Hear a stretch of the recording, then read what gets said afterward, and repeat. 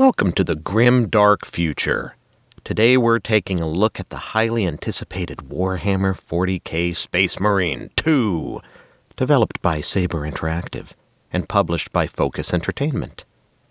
Slated for release on September 9th, 2024, for PlayStation 5, Windows, and Xbox Series X and Series S. Released in 2011, the first Space Marine was a groundbreaking entry into the Warhammer universe, blending third-person shooter mechanics with hack-and-slash elements.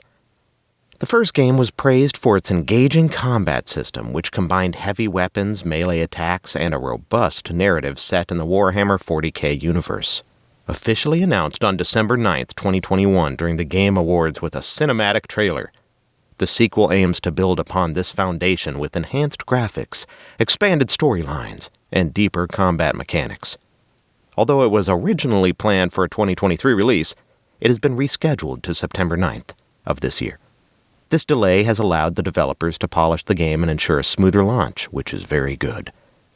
Notably, the role of Captain Titus has been recast, with Clive Standen taking over for Mark Strong, adding a new vocal dynamic to the character.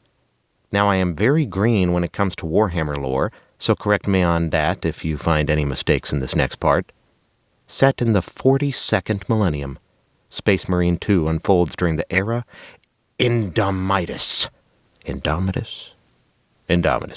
A period of intense conflict for the Imperium of Man.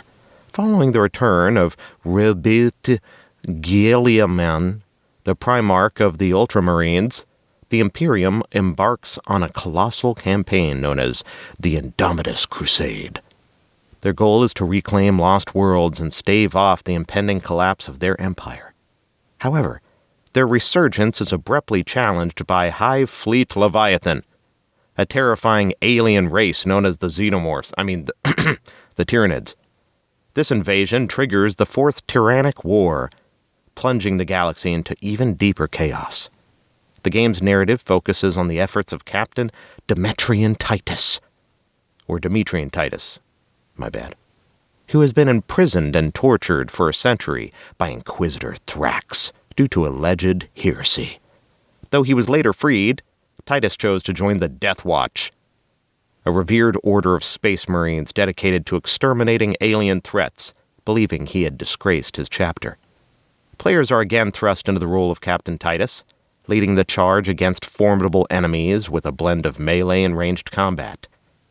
Titus is joined by fellow Marines Chiron and Gadriel, who can be controlled by either AI or other players in cooperative multiplayer modes. The combat system requires players to strategically balance between shooting weaker enemies, like the Tyranid Gaunts, and using melee attacks against more formidable foes, such as Tyranid warriors. Melee combat is particularly crucial when dealing with enemies that can block ranged attacks. Players can parry attacks and dodge unblockable moves, adding depth to the combat experience. Armor management is also vital. Titus's armor can regenerate after performing execution attacks, while health is restored by collecting medkits scattered throughout the battlefield. It's kind of like Doom, I guess. The game features a variety of modes, including a cooperative mode named Operations. And there's also 3 competitive multiplayer modes: Annihilation, Seize Ground, and Capture and Control.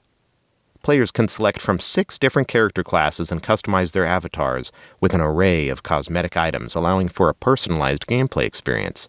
Several unique systems are integrated into Space Marine 2 as well. Among them, the armor system is particularly noteworthy. There's, of course, armor and health. When the armor is compromised, his health depletes more rapidly, emphasizing the importance of maintaining and recovering his armor. Executions not only add a dramatic flair, but also serve a practical purpose by regenerating armor. Another key feature is the health mechanic. Characters who fall in battle will bleed out for 30 seconds, during which their teammates can revive them. This adds a layer of strategy to team dynamics, as players must coordinate to keep their squad alive. Dialogue and character interactions are pivotal in building the game's narrative, such as Titus's interactions with key figures such as Chaplain Quintus, who plays a crucial role in his journey toward redemption. Quintus informs Titus of his new Primaris status and urges him to return to his chapter to fight against the Tyranids. The interactions with the characters like Captain Acheron further enriched the story, as Acheron's initial skepticism about Titus's reinstatement adds tension and depth to the narrative. Despite the excitement surrounding Warhammer 40k, there are potential concerns in this game. The delay in the release date and the cancellation of the planned beta may raise doubts about the game's readiness. Some fans worry that the extended development time might affect the final product's quality, and the game might not meet the high expectations of many people. Overall, Space Marine 2 is shaping up to be a thrilling addition to the Warhammer franchise, though. From what we have seen so far, it looks like a good old dumb video game fun. And sometimes that's all we need.